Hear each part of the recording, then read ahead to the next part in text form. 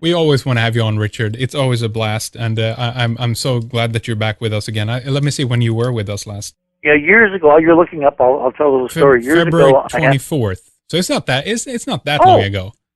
well, but it's almost a year, Yeah, it's almost 9 months. December, and that's almost It's a good gestation period. Let me put it that oh way. I like that. Is it 9 months? Something like that. Yeah. So, 240 days? yeah, I think so. Amazing. Okay. All right, but well, let's just dive into it here, Rich. I mean, almost now, as we are doing this recording here on the 15th, and this is going to be available on the 18th of November.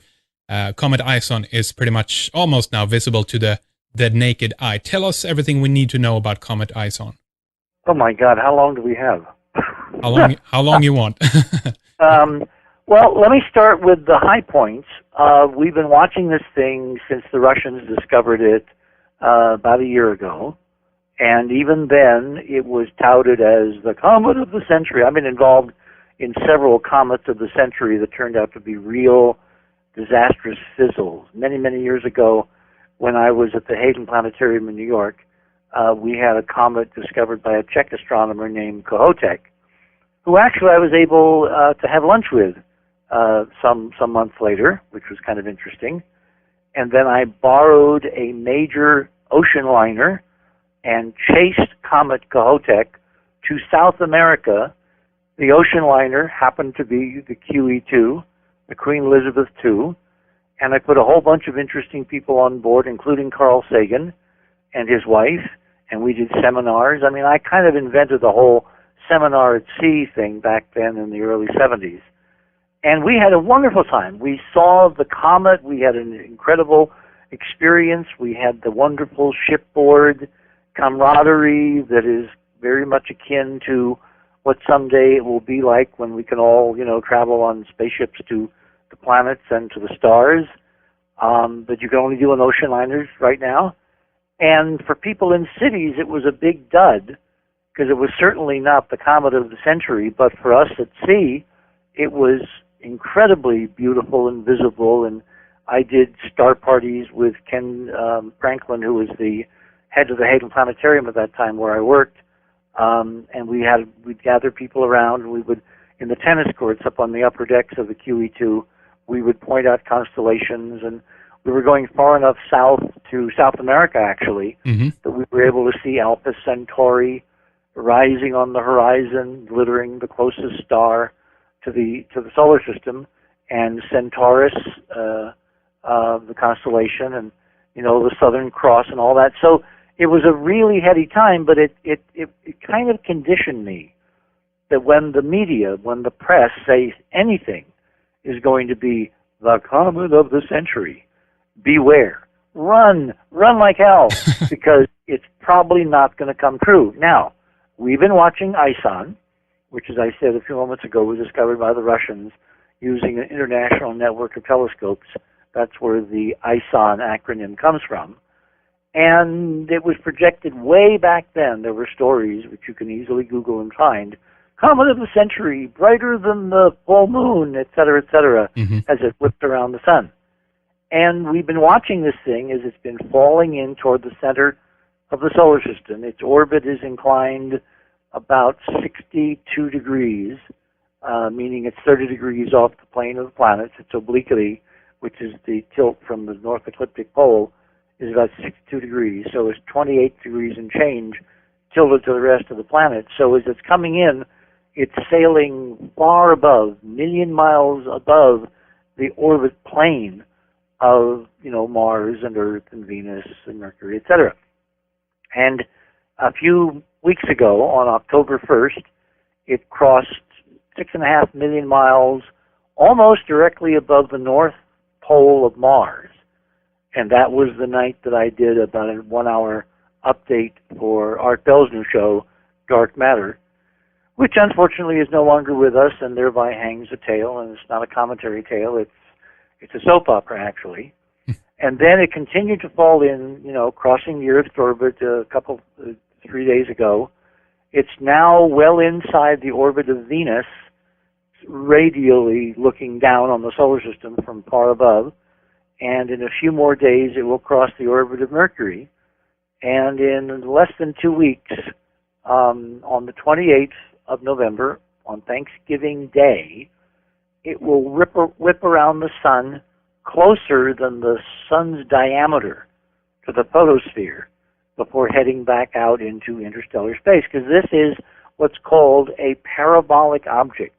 This is an object that's come from so far out there, literally maybe halfway between us and the nearest star, Alpha Centauri, although not in that direction, that it's the first time it's ever visited the solar system, and it will be the last, because even though it's interacting with the gravity field of the solar system, and mainly Jupiter and Saturn, which are the big guys that gravitationally tug on these objects as they come in, it will not lose enough energy to remain in a small orbit. It will go out almost as far as it came in from, if that's an appropriate grammatical construction, and we'll never see it again. But as it is passing through the inner solar system, it's not only been watched with everybody and anybody in the media posting almost daily stories, but it's been projected to become, as I said earlier, the comet of the century, and it has fallen far short of the numerical projections based on distance from the sun and the light curve that it should have in terms of brightness as at this moment. Mm-hmm. However, I need to caveat that statement by saying that in the last 2 nights, suddenly, for no apparent reason, because it's only incrementally closer to the sun each night, it suddenly brightened by a factor of 16 times compared to just a couple, 3 days ago. And whether this brightening will continue and it will begin to really become spectacular and visible in the pre-dawn darkness about an hour before sunrise, if you get up anywhere in the United States, actually anywhere in the northern hemisphere, about an hour before dawn and look east, you will see it. And at the moment, it's only really visible in binoculars, but if it continues to brighten as dramatically over the next few days as it has over the last couple, 3 days, then by Monday, the 18th, when this airs, it could become a very easily visible naked eye object in the pre-dawn skies looking east about an hour before sunrise. And that would be really cool, because this comet has so many weirdnesses and rituals and hidden agendas surrounding it, and that's what we're going to take the majority of the time that we have to spend together trying to unravel and lay out, so that people who aren't used to dealing in this arcane realm of ritual, symbolic, sacred mystery school ritual, will get a feeling for what we're talking about. Very exciting. It's always a lot of fun listening to this and hearing more about the connections, of course, that you make in when these events come around, Richard. And if we for a moment here though can talk a little bit about the brightness increase, I believe the same basically happened with Comet Holmes. I believe even the same happened with Elanine before that suddenly kind of withered away, of course, and just disappeared. But what makes this sudden just brightness come along on these comets? Well, that all depends on your comet model. As you know, for the last 30, 40 years, since Fred Whipple, who was an astronomer at the Smithsonian Astrophysical Observatory in Cambridge, Massachusetts, created what's called the icy snowball model, or the dirty snowball model. Comets have been viewed as bergy bits of ices that congealed and froze in the formation process of the planets in the entire solar system about 4.5 billion years ago. And since most of the universe is made up of lighter gases that condense at moderate temperatures into ices, and not of solid stuff like rocks and metals and the things that we're familiar with here on the Earth, the solar system in the far, far distant cold reaches, billions of miles from the sun, is supposed to be filled with these little bergy bits of ice, with frozen carbon dioxide and frozen carbon monoxide and frozen ammonia and methane and water ice with a scattering of dust, heavy elements mixed in. And when these objects randomly come closer to the sun, so the solar heat warms them, just like being outside on a warm summer day, these ices that have been in perpetual darkness and bitter cold just above absolute zero, billions of miles out there, well beyond Pluto, as I said, maybe halfway to the nearest stars, which is 4 light years away, they warm up. And because they're so tiny in this model, they're like little icebergs. They're about the size of icebergs, a few miles across, as we've now imaged them with spacecraft. They warm up and they melt. The problem is, it's not really a problem, it's a fact, that they're melting in a vacuum, and they're melting on objects that are basically zero gravity. I mean, what's the gravity of an iceberg 3 or 4 miles across? It's 0.000001, something like that, compared to Earth, which would be 1 on that scale. So that means that when you warm these gases up and they go from being ice-cold, steel-hard, rock-hard chunks of frozen material, and they vaporize in a vacuum, in a real hard vacuum, they don't go through a liquid process. They flash directly into vapor, and they escape because the gravity of the body that's melting under them is basically zero. So that's where you get these fluffy, coma, long, streaming, tail-like objects, because the coma and the tail around a comet is basically the comet vaporizing, and that newly born atmosphere of gases, a variety of compositions, ammonia, methane, water vapor, and then various ions and radicals, as the sunlight breaks those molecules apart, they can't stay stuck to the comet. They just leave because the gravity field is essentially zero. Yeah. So that's why you see them sailing through the dark in these wonderful images, or in telescopic views, or in pictures that NASA releases from Hubble, having this really kind of fluffy, hazy, ball-like head, and then this long, streaming tail, because it's basically the comet disintegrating, vaporizing in a vacuum, subliming into nothing, and drifting away into space because of the lack of gravity to keep those warmed gases clinging close to the object. And that's what makes them so spectacular and also so very, very evanescent. I mean, the density of a cometary nucleus, of a cometary coma or tail, is like a few molecules per cubic centimeter, which is millions of times less dense than the atmosphere that you and I are breathing right now. So even though in 1910, when the Earth crossed through the tail of Halley's Comet, very famous comet, and the press was all agog with stories of people are going to be gassed to death by the cyanogen and cyanide in the tail of Halley's Comet. Quick, buy your comet pills, or rent a trip in a submarine to stay underwater for the weeks while the comet passes, right, so you don't die. Those stories were just basically yellow journalism. That cannot happen because the density of these gases, which look so incredibly spectacular on the images or even through a telescope, it's basically a vacuum you're looking at. So there's no real physical interaction with the Earth.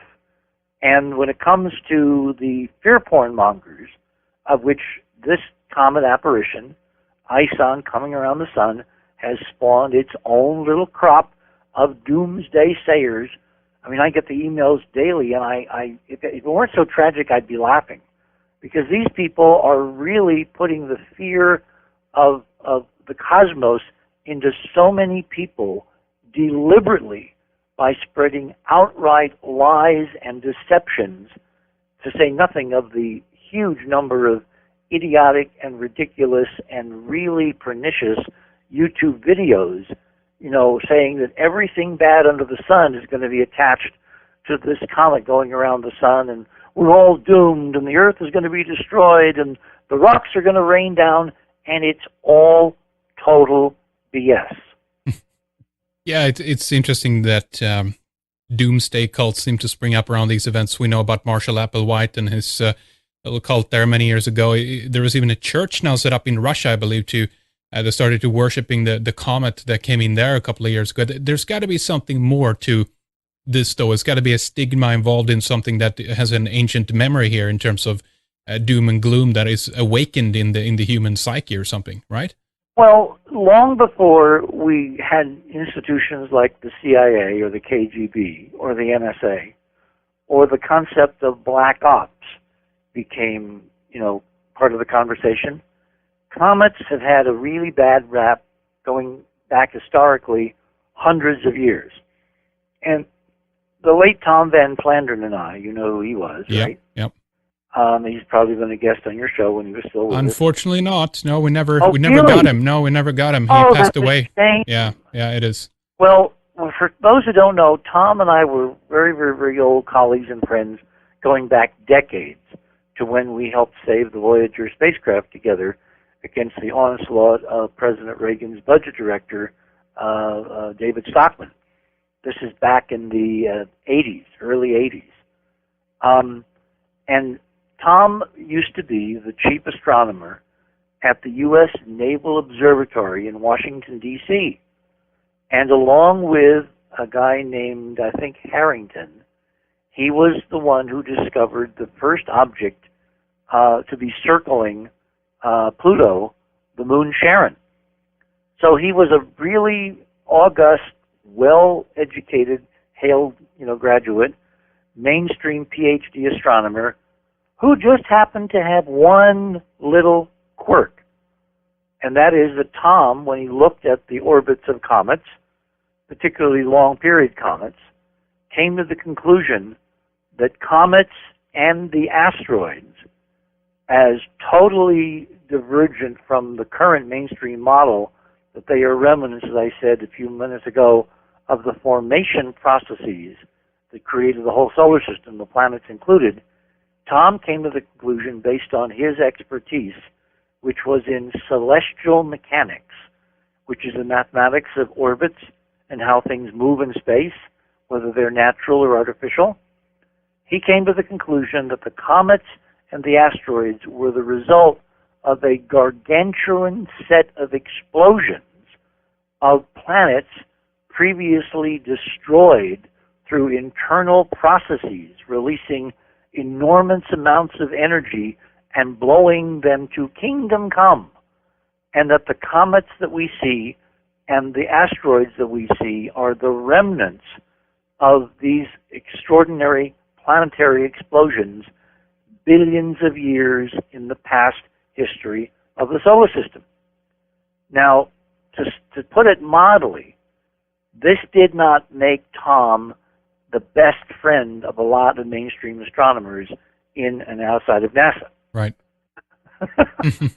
He became somewhat ostracized, which didn't faze him. He started something called the Meta Research Foundation, and you can go to Google and Google, metaresearch.org, I think, and you'll find all of his papers and all of his expertise and all of the conversations and all of his documentation. He wrote a brilliant book which has a long title which escapes me, but in the title is Comets, Dark Matter, Planetary Bodies, or something like that. Just Google, Tom Van Flandern book, and you'll get that title, and that's available still. It's being sold.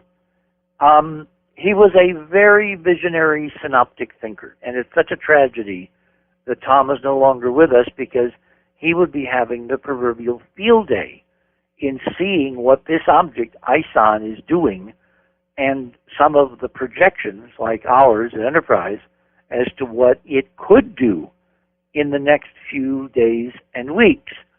Because unlike most of these objects, ISON is a part of a rare and special class where the evidence, the data that I've been quietly accumulating now for months, says pretty unequivocally and this is going to make a lot of my skeptic friends out there really unhappy and tearing their hair out and throwing things at the wall and all that, or beating their computer into a pulp because I'm saying it through the speakers, that ISON is not a totally natural object. Mm-hmm. Someone has been and is going to increasingly tinker with it to change it into a symbol of a paradigm shift that's coming. Now, before we get into the esoteric occult signaling that goes on in the subtext around the events of this comet that you said before kind of trickles down from the rituals of the mystery schools, NASA wrote, if Comet ISON survives its trip around the sun, there's a good chance that it will be incredibly bright and easily visible with the naked eye in the northern hemisphere in early December. But the question here then is, before we get into the meat of this, Richard, do you believe that Comet will meet the same fate as Elenin and wither away in the current solar cycle and somewhat activity that's been going on here in the last couple of months now? What's the prospect? Well, I would contest one thing you just said, which is that Elenin withered away. My model, based on, again, evidence and data, and what we're going to do, folks, just so you know, is we're going to post a series of images so that each of these sections we can, associate actual graphics and images. So when you get to listen to this, you'll have a picture to actually refer to. We found just in the couple of 3 days before Elenin, which was the last great comet that was heralded and particularly made the butt of all kinds of fear porn by the doomsday mongers a couple years ago. We noticed on the imagery that was being sent out by NASA the formation of an extraordinary three-dimensional tetrahedron around the cometary nucleus.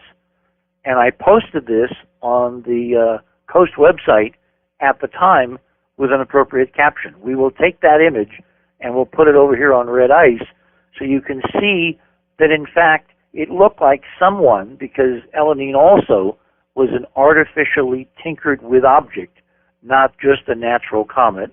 And if you want, we can get into why I can make that statement with great certitude. Somebody did something that basically screened it from view, like raised shields, so that it became invisible while it was doing what we have modeled it may have been intended to do as part of this larger picture, this larger plan, using these cosmic objects that I'm going to talk about at some length over the next hour or so. Speculations on where is it now, Elenin? Well, Elenin was on the same kind of parabolic trajectory that ISON is, meaning that it whipped around the sun, and if there were no course changes, which I don't think there were, and we could see none in the data, it's somewhere out beyond the orbit of Jupiter, heading far, far out, and it won't be back for maybe 5,000 to 10,000 years. It also had an incredibly long orbit with a very long period of millions of years. But unlike ISON, it was coming in much more in the plane of the planets and in a retrograde orbit, so that it appeared to be interacted with gravitationally, so that a lot of the energy that it came in with, it didn't leave with, so that it's probably going to come back. But I think 10,000 years is a little long for us to wait around. So for all intents and purposes, it came and went.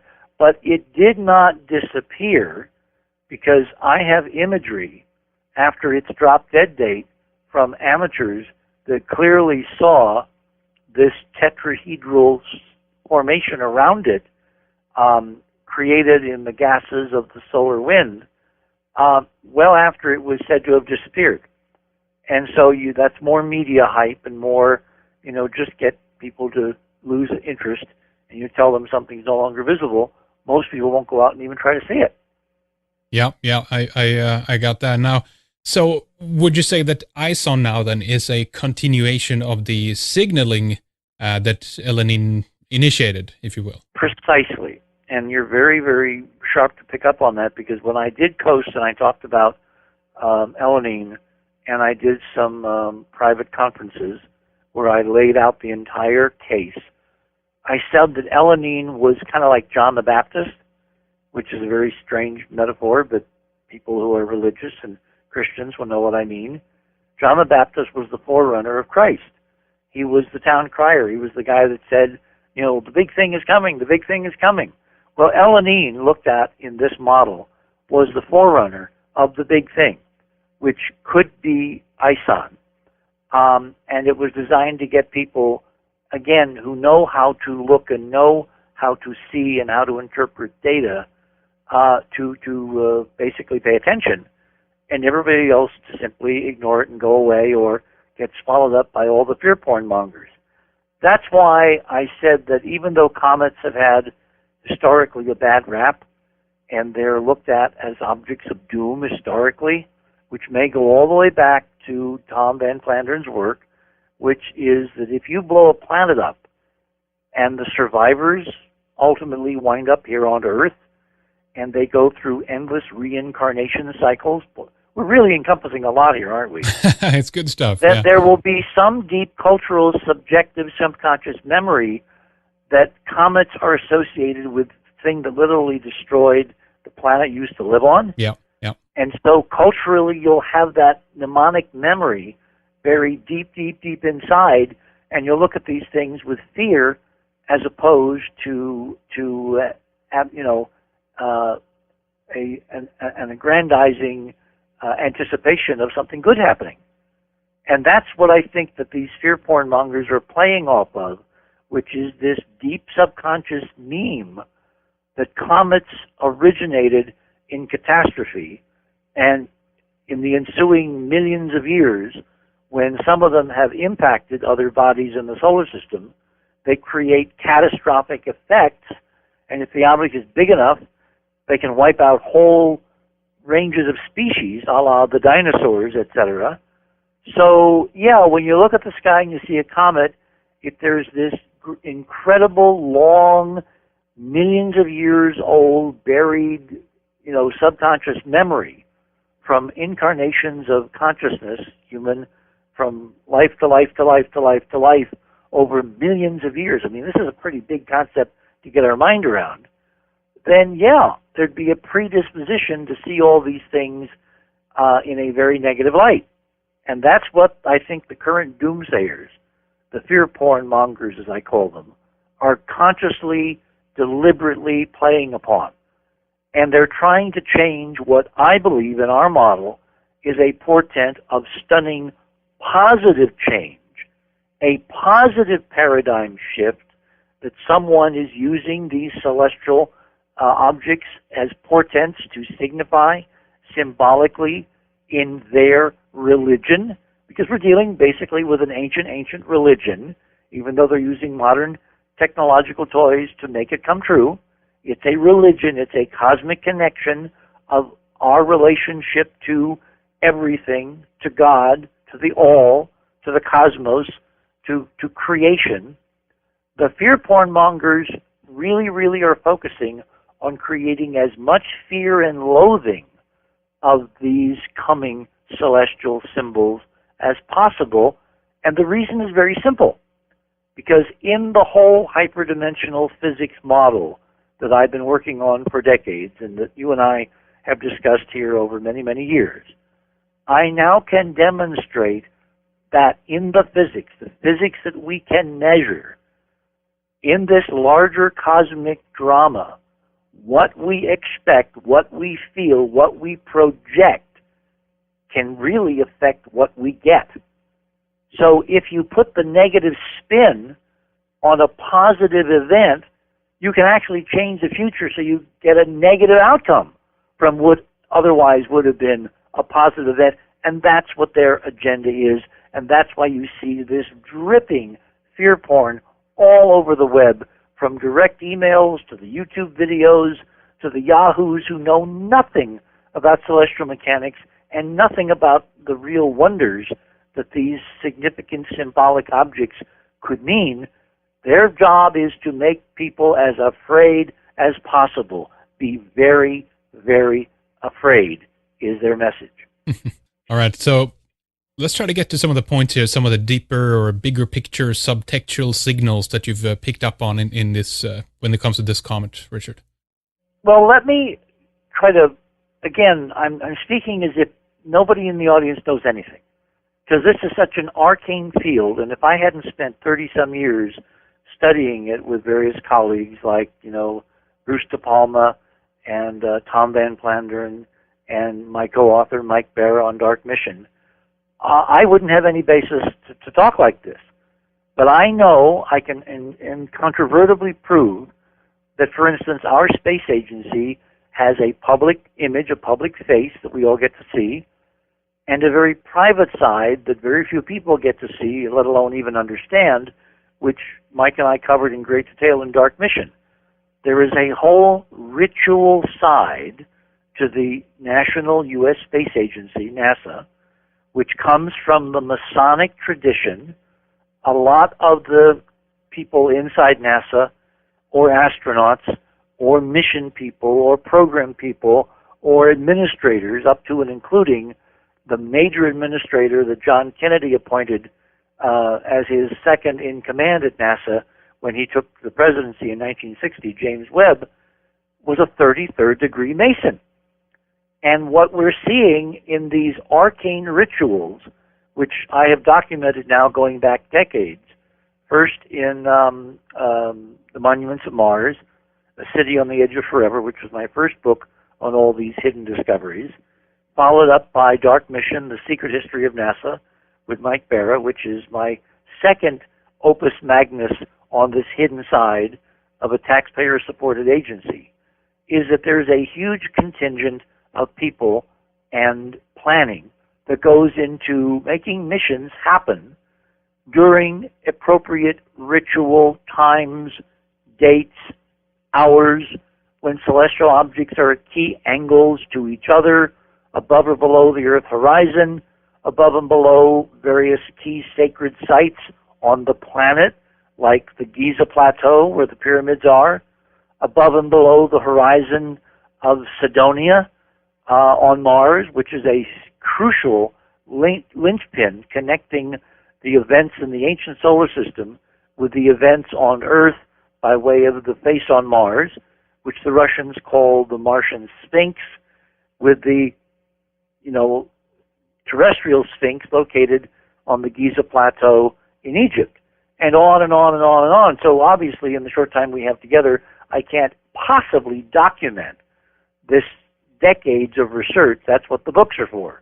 So go get Monuments of Mars and read it, and go get Dark Mission, Secret History of NASA, and read it, and you will see the foundation for the things that I'm going to say this afternoon that I cannot document in great detail because we just don't have the time. But the bottom line is our so-called national civilian scientific space agency, NASA, is up to its proverbial eyebrows in secret, arcane, celestial rituals in service to an ancient Egyptian religion which venerated these constellations and their mythologies and associated stories as fact that is only meant for the chosen few and not for, as the phrase used to go, the great unwashed. So even though they conduct their activities according to these ancient rituals, which show up in the celestial alignments, which of course they can't hide, they will absolutely deny to their dying breath that they're doing anything but pursuing metonymic, modern 21st century science, when in fact the numbers, and it all comes down to the numbers, prove what they're really doing. How early in the process did you notice when it come to the discovery of ISON? Was it pretty much from the get-go back in September 2012? No? No. This is much older. I've been looking at this now I'm trying to think of the first time that I really started to think about the ritual side of NASA. Oh, yeah. Sorry to interrupt. Of course. No, that I understand. I'm just talking about ISON specifically when the connection there. Remember, ISON was preceded by Elohim. Yeah. And I said a moment ago that the way you know this is going on is the way you know in any science that something is going on. you follow the trail of the numbers. You can't lie about the numbers. The numbers stand still. The numbers are irrefutable. Give you an example. We have now probably 1 million amateur astronomers all over the world, give or take. And a lot of those amateurs have very high-tech equipment. Computerized go-to telescopes. They've got computers to process images and data. They have photometers. They have spectrometers. And at the very least, they have telescopes that they can use to look through. And those telescopes, more and more, are run by little computers that basically you put in the little window the thing you want to look at. And the telescope, when you punch the button, automatically points in the direction of the thing you want to look at. You don't even now, if you don't know what you're doing, have to set it up properly. You simply tell the computer, I want to see Venus, after sunset. And the computer, whir, bang, bang, clank, clank, will point in the direction of Venus. And you put your eye to the eyepiece, and lo and behold, there is Venus right in the center of the field of view. It kind of takes the joy out of amateur astronomy out of it for some of us. Right. But for most people, it's had the same effect on astronomy that the internet has had on communications, or Facebook has had on, social relationships. It has democratized the sky. Now, what is the basis of telling your telescope, and at some level now the programs, the apps are written, so you literally don't even have to type into a window. You just say to the telescope, find me Saturn, and it will, which is amazingly cool when you consider how ancient astronomy is. The basis of all that, of course, is the numbers. Because if the computer in the go-to telescope that the average amateur is buying from Celestron or one of the other big companies doesn't have the right coordinates in it so that it can basically point the telescope where you ask it to point it, you'll point it and you won't see anything, right? Yeah. So the coordinates have got to be correct. NASA can't cheat and give out a set of fake coordinates for anything, because amateurs will immediately find them out and get very, very angry and will storm the barricades and telling them, why did I pay hundreds of dollars for this damn telescope when you're giving me the wrong information as to where the thing was?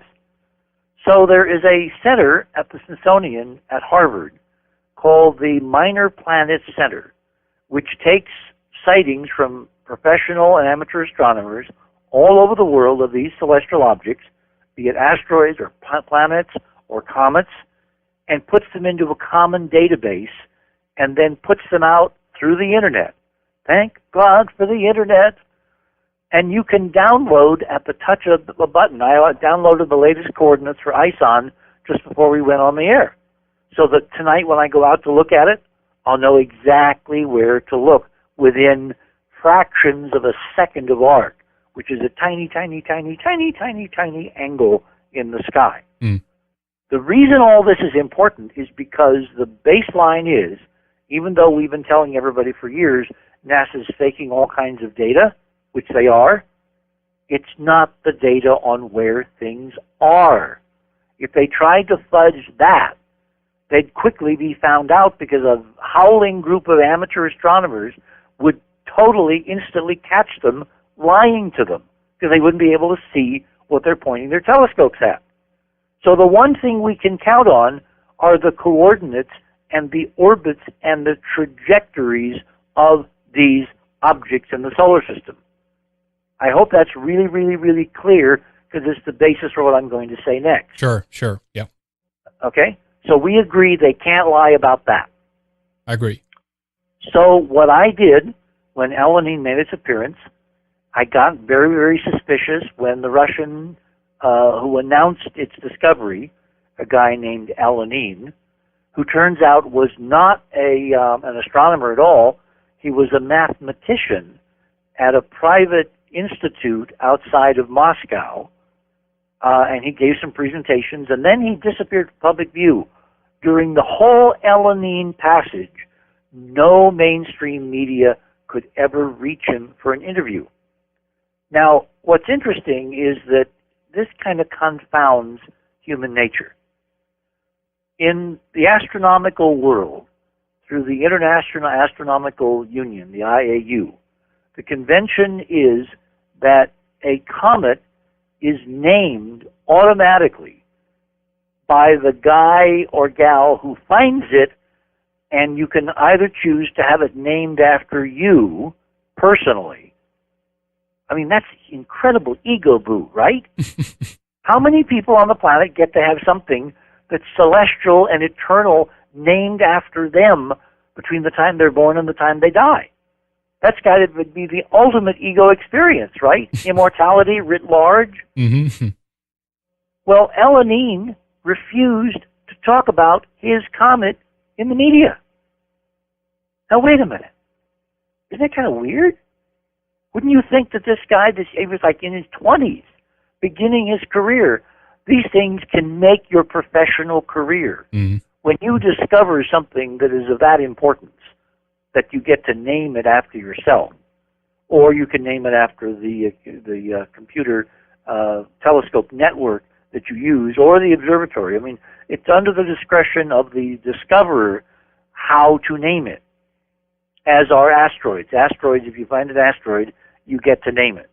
Now, asteroids, it's a little different. They're not named after the guy who finds them, but the guy or gal have to pick another name. So there are literally asteroids that have been named after girlfriends and ships and famous books, right, and movies, yep, and people, but you can't name an asteroid after yourself. In other words, if Hoagland went out tonight and found an asteroid, it would not be called Hoagland. I'd have to give it, I'd probably give it Robin's name. Why not? Put her in the star. But if I found a comet, yeah, I have a total right to name it Comet Hoagland. That actually has a nice ring to it, don't you think? In my very busy career, I have to go out and find a comet. Yeah, that would be great. So when Elanine refused to become a public figure, to talk about an object which had been on, I mean, did you know anybody who wasn't talking about Elanine a couple of years ago? Yeah, it was pretty busy. Yeah, it was huge. Mainstream media, we were on Coastal all the time talking about it. There were a zillion YouTube videos, 99% of them total crap, with all the fear porn. And Elanine himself doesn't want to appear on television and talk about and correct all the misimpressions, to basically damp down all the stupid fear porn and talk about the real science and wonder of discover. I mean, there's a whole story around comets that you could, if you were of a mainstream point of view, you could easily spin, but not to want to be on global television talking about the thing that is your claim to fame. That right there struck me as really, really weird. You're right. Just from a human point of view. Mm. And being, as I said to Art the other night, I said, you have ruined me forever. You've made me conspiratorial. You've made me look under the hood of everything that happens, so I don't accept the first superficial explanation, which, of course, all of us should be doing. We should all be asking questions, because we live in this mainstream media created virtual reality. God, I'm sounding like David Icke. But it's true. He's right, yeah. He's totally, totally correct. Now, I don't go as far as to say that, the presenters are shape-shifting reptilians, but everybody is entitled to their little quirks, and I'll give David that. But he's totally right when he says that we live in a virtual reality world where most of people's reality is created for them and fed to them through television and now the internet, unless you really, really, really want to find your own truth and do the digging and do the comparison of sources and all that. So I'm looking at the Elanine thing and I'm saying, from a human point of view, this just is weird. Why doesn't the guy want to take his 15 minutes and do something positive for the field? I mean, astronomers are constantly saying that we need more public attention on cosmic things to get people ultimately to fund the national space programs to go and find more important cosmic things, right? Mm-hmm. So why wouldn't the guy, as part of the state system in Russia, which has a taxpayer-supported space program, just like the Americans, why wouldn't he want to do not just Russian television? He did one interview early on for Russian television, that was it. Nothing else. Yeah. And it wasn't available to the Argentinians or the Japanese, who are huge on this stuff, or all the American networks. As it got bigger and bigger and the, fear porn got weirder and weirder, Elanine was conspicuous with his absence. So I started thinking, is it possible that all this fear porn is in fact being designed to counteract something that is inherent in the Elanine apparition, which they're trying to stamp out? You know the old joke about stamping out burning ducks? Yep. In a way of overwhelming public perception with a negative, when in fact Elanine might be carrying a positive message.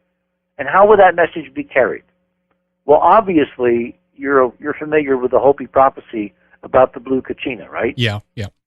And the big, brilliant blue thing that's supposed to appear in the sky right after or right before the huge change of paradigm, the change of the world age, the shift of global cycles, the change of consciousness, all of that. So it's supposed to be in Hopi tradition, which I learned very, very early on when I got to be friends with grandfather Thomas Benyanka, and actually walked with him and spoke with him when they were presenting the Hopi elders back in 1992 at the United Nations. They presented this message from the earth that he'd been trying since the 1940s to get to present to the folks in the House of Mica, as they call the UN, because it's a big building made of glass, right? Right. So I'm kind of up on the whole Hopi prophecy, which is why I got really intrigued with Obama when he was running for president in 2008. He was quoting Hopi prophecy. Did you know that? No. Yes. We'll put on the website, as part of the Hoagland page, we'll put Obama's Hopi prophecy quotes, which is why I got really intrigued with Obama and why he enters this story a la Ison in a little while. There is an Obama connection coming that I can prove. Totally prove. So anyway, I'm looking at the Elanine thing and I'm saying, okay, something doesn't make sense. So I started looking at the only way that Elanine, if it was the blue kachina, the star of the Hopi prophecy, could carry the message, which is in the numbers. Remember, numbers are a code. There are 26 letters in the alphabet, right? Yeah. So in the Jewish tradition, there's a thing called gematria, where you assign numbers to the letters, right? So there's a transposition back and forth, and there are all kinds of secret codes. Have you had Stan Tenen on from the Nehru Foundation? No, but we talked about gematria there many times, yeah? Oh, you've got to get Stan on. Mm-hmm. And if he's giving you a hard time, I'll give him a call, because Stan cracked the Jewish gematria code, and it turns out to be ultimately all about the hyperdimensional physics that you and I have discussed many, many, many times. The first chapter of Genesis is really a metaphorical, lyrical, poetic translation in story of the fundamental mathematics underlying hyperdimensional physics itself. And that is an amazingly cool story, and Stan used to be the one to tell it. Stan, by the way, is a former physicist. He worked for the Sylvania Corporation before he got totally into his own religious heritage. Anyway, I'm kind of jumping around here because I want to give you why I started looking at the numbers attached to Elanine. Right. Now, there are only a few numbers that can be attached to any celestial object, right? Right. Such as its brightness, such as the orbit parameters of its orbit, which are defined in terms of its angle to the plane of the planets, mostly the Earth, called the ecliptic, the date of its passage around the sun, the distance from the sun of its passage. In other words, we're not dealing with an infinite number of numbers. We're dealing with a very tiny handful of numbers out of an infinite set of possibilities. Unlike the planets, which go around the sun in kind of ordered orbits, you know about Bode's law? Yeah, I do. Which is a mathematical formula applied to the spacing of the planets from Mercury to, I was going to say Pluto, but they've kind of, discarded Pluto as a that one planet. up to the side, yeah. No. Yeah, but it's still a planet. Come on, give me a break. Politics notwithstanding, Pluto's a planet. The point is that there is a pattern, a regular pattern to the orbits of the planets in the solar system. And no mainstream astronomers have figured out why that pattern exists. We have, and our colleagues and others over the years, that it has to somehow be a residuum of the mathematical spacing in the original nebula, which had harmonics in it, sound waves, causing shifts in gravity and spacing and distance and velocity and all that. And you wind up with a harmonic pattern that is left in the orbits of the planets after the gas and dust that formed them disappears. So it's kind of like the tracer of the original conditions that led to the formation of the solar system, fossilized in the orbits of these big, massive things we call planets. Right. We're standing on one right now, or sitting, that's 8,000 miles across and weighs, 1.5 times 10 to the, 20th tons or something. I mean, it's a huge number, incomprehensible number. So it hasn't moved much in the history of the solar system, whereas the dust and gas all went away, and the spacing, the harmonic spacing, which is called Bode's law, encodes mathematically the conditions of the original solar system creation. That's the idea. That's the model, right? The same thing does not apply to comets. Why? Because comets are so tiny and they have so little mass that all kinds of forces, including when they evaporate gases, they can jet themselves into different orbits, just like, using a rocket pack. So that when you get an orbit of a comet, it's not forever and ever and ever. The orbit actually can slowly change, depending upon whether the gas jets that are erupting from the surface due to the solar heating spurt in the direction of the sun, or spurt in the direction of the orbit, or spurt behind, so that these jets can accelerate or decelerate or change planes somewhat of orbit parameters for comets, so that a comet's orbit can constantly, within pretty tight limits, be changing, particularly as they go around the sun and they get hotter and hotter and the ejection of gases becomes more and more violent. They actually operate like little rockets in Newton's third law. So I looked at the orbit parameters of Elenin, and it was like, oh my God,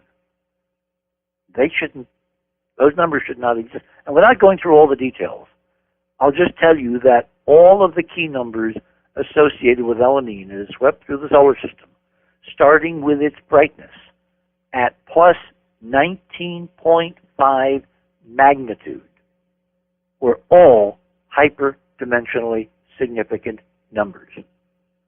And by that I mean they were 33s and 19.5s, and they came closest to the various planets, including the Earth, when Elenin was at a key angle to the pyramids of Giza, like 19.5 degrees above the horizon at dawn.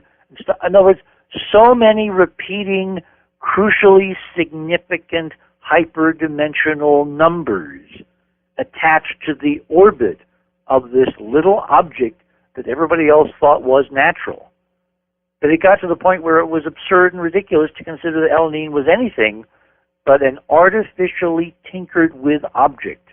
Remember, you can take a natural object and make it artificial by putting it on a specific course, by giving it a direction, by giving it a nudge at the right time, at the right speed, etc. And so you get all these, other parameters falling out very neatly by just adjusting its orbit. It doesn't have to be a mechanical device, i.e. a spaceship. It can be a natural Bergy bit thrown in an orbit which is totally, totally artificial in that it's been planned and carefully prescribed to convey these numbers. And that's what I found with Elenin.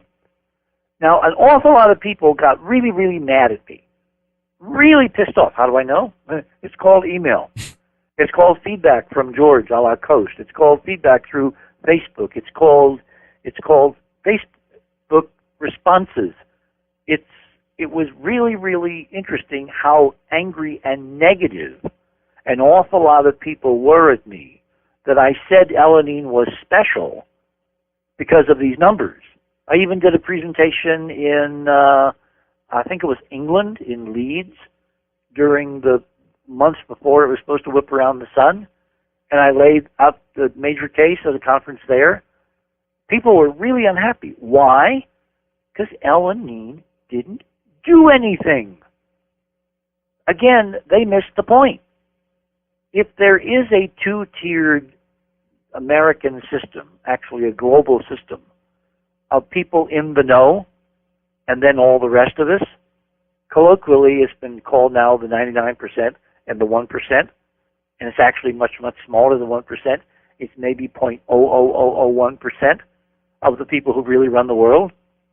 Right. And they're the ones who are doing this, then obviously, if they're only doing it for themselves to reinforce their own religious beliefs and cosmic leanings and understandings, it's like in any religion. If you're not in the religion, you watch a ceremony, you won't know what the heck is going on, right? Right. It won't have any significance to you. I mean, I was born and raised a Catholic. Well, if you're a Baptist and you walk into a Catholic church and you sit down, are you going to understand what's going on? Of course not.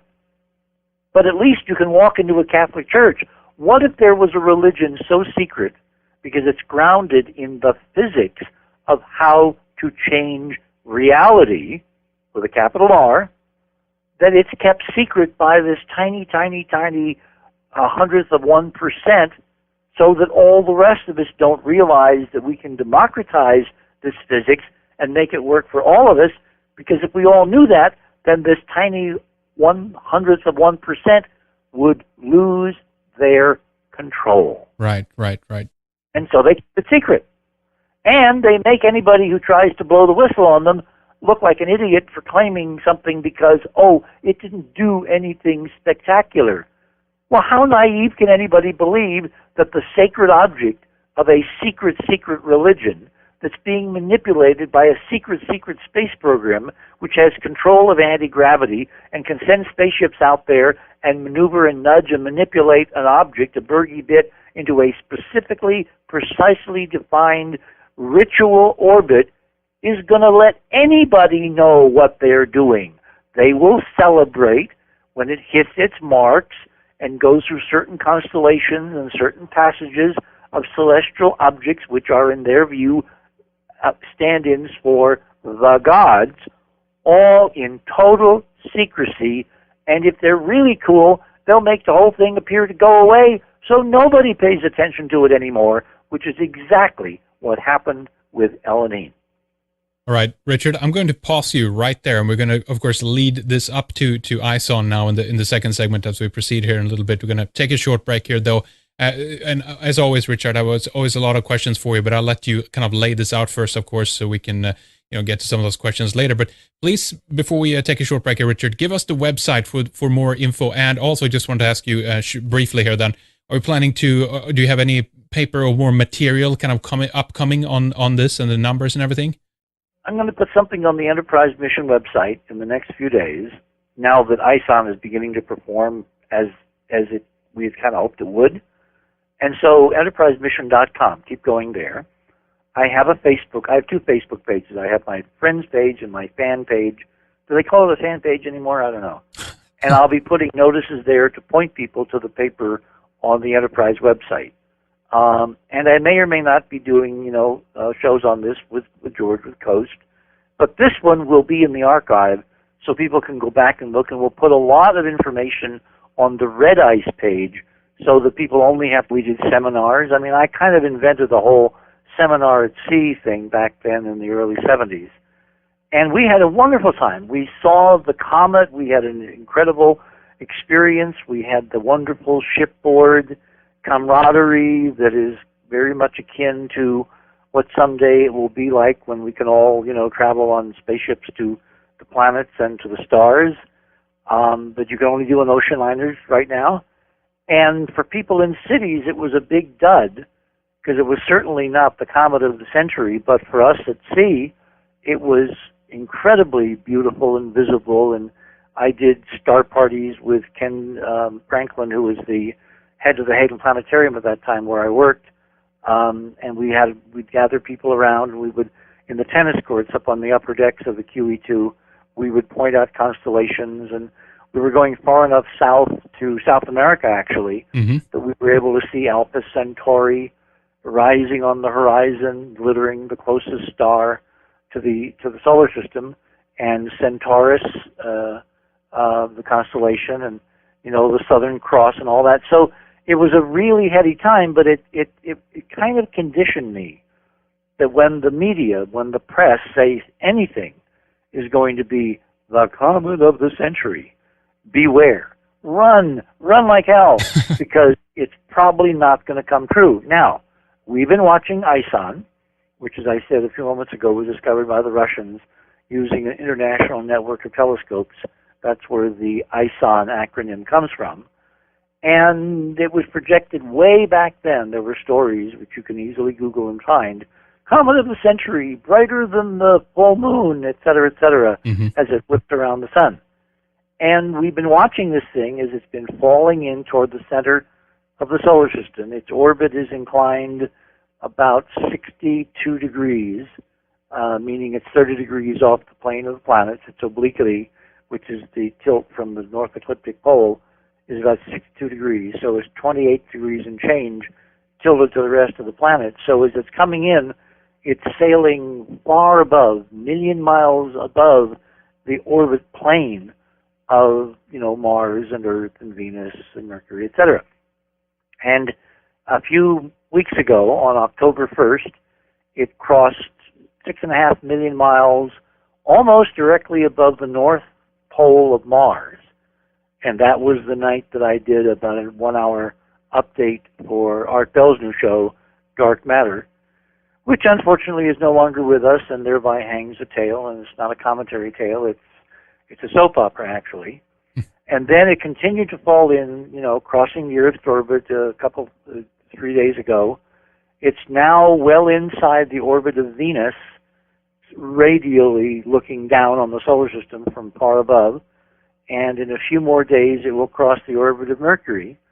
And in less than 2 weeks, on the 28th of November, on Thanksgiving Day, it will whip around the sun closer than the sun's diameter to the photosphere before heading back out into interstellar space. Because this is...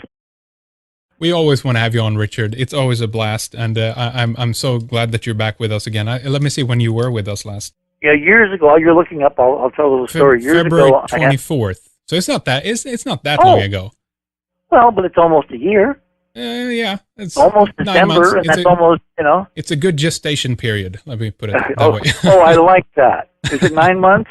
Something like that. Yeah. 240 days. Yeah, I think so. Amazing. Okay. All right, but let's just dive into it here, Rich. I mean, almost now, as we are doing this recording here on the 15th, and this is going to be available on the 18th of November, Comet ISON is pretty much almost now visible to the naked eye. Tell us everything we need to know about Comet ISON. Oh my God, how long do we have? How long you want? Well, let me start with the high points.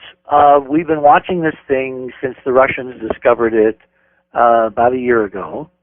And even then, it was touted as the comet of the century. I've been involved in several comets of the century that turned out to be real disastrous fizzles. Many, many years ago, when I was at the Hoagland Planetarium in New York, we had a comet discovered by a Czech astronomer named Kohoutek, who actually I was able to have lunch with some months later, which was kind of interesting. And then I borrowed a major ocean liner and chased Comet Kohoutek to South America. The ocean liner happened to be the QE2, the Queen Elizabeth II, and I put a whole bunch of interesting people on board, including Carl Sagan and his wife, and what's called a parabolic object.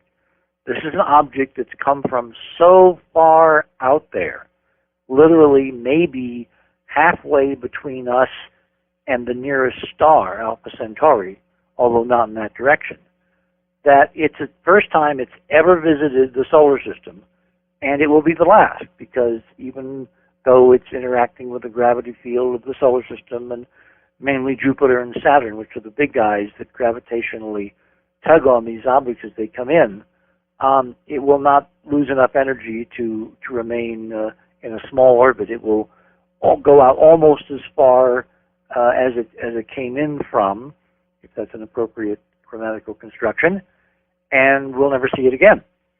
But as it is passing through the inner solar system, it's not only been watched with everybody and anybody in the media posting almost daily stories, but it's been projected to become, as I said earlier, the comet of the century, and it has fallen far short of the numerical projections based on distance from the sun and the light curve that it should have in terms of brightness as at this moment. Mm-hmm. However, I need to caveat that statement by saying that in the last 2 nights, suddenly, for no apparent reason, because it's only incrementally closer to the sun each night, it suddenly brightened by a factor of 16 times compared to just a couple, 3 days ago.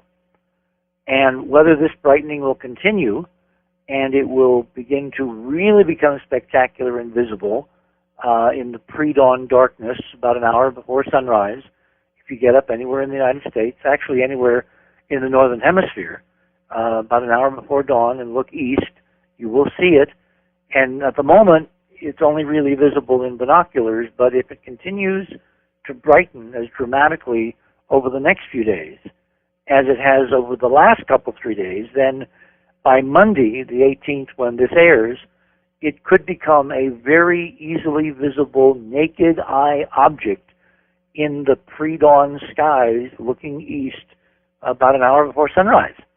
And that would be really cool, because this comet has so many weirdnesses and rituals and hidden agendas surrounding it, and that's what we're going to take the majority of the time that we have to spend together trying to unravel and lay out, so that people who aren't used to dealing in this arcane realm of ritual, symbolic, sacred mystery school ritual, will get a feeling for what we're talking about. Very exciting. It's always a lot of fun listening to this and hearing more about the connections, of course, that you make in when these events come around, Richard. And if we for a moment here though can talk a little bit about the brightness increase, I believe the same basically happened with Comet Holmes. I believe even the same happened with Elanine before that suddenly kind of withered away, of course, and just disappeared. But what makes this sudden just brightness come along on these comets? Well,